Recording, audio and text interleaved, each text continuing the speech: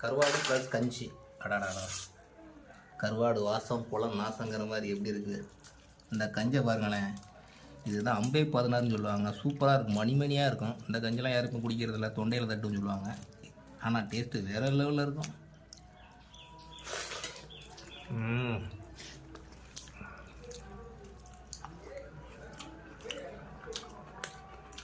ஒவ்வொரு வாயும் அப்படி அமிர்தமாக போகுதுங்க, வேற லெவல் போட்டு.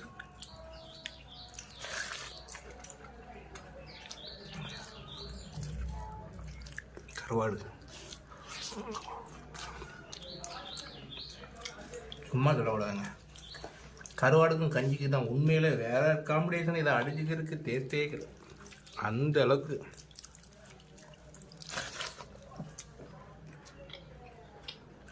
கருவாடை மட்டும் தான் அள்ளி வச்சு, கஞ்சி மட்டும் தான் அள்ளி பிடிக்க வேண்டியது இருக்குதா.